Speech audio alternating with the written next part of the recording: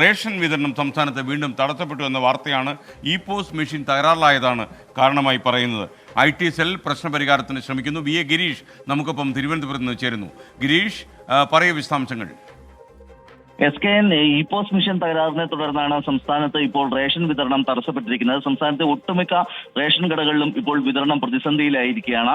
E POS mission തകരാറാണ് കാരണമെന്നാണ് ration വ്യാപാരികൾ പറയുന്നത്. രാവിലെ മുതൽ തന്നെ ചില സാങ്കേതിക പ്രശ്നങ്ങൾ ഉണ്ടായിരുന്നു. എന്നാൽ വൈകുന്നേരമായപ്പോഴേക്കും ഈ തകരാർ വളരെ രൂക്ഷമാവുകയായിരുന്നു. അതോടൊപ്പം തന്നെ ആധാർ ഓതന്റിഫിക്കേഷൻ, റേഷൻ വിതരണത്തിന് ആധാറുമായി ബന്ധിപ്പിക്കുന്ന ആധാർ ഓതന്റിഫിക്കേഷൻ തകരാറിലായതാണ്, പരാജയപ്പെടുന്നതാണ് പലയിടത്തും പ്രതിസന്ധിക്ക് ഇടയാക്കുന്നത്.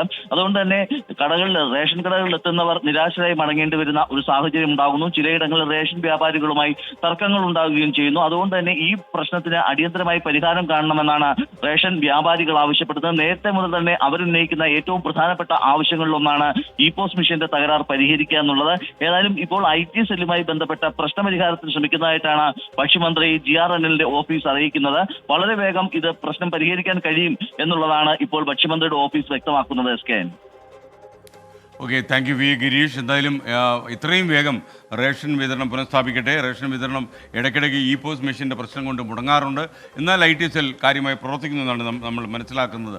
മന്ത്രിയെ വിശ്വസിക്കാം, വളരെ പെട്ടെന്ന് പരിഹരിക്കട്ടെ.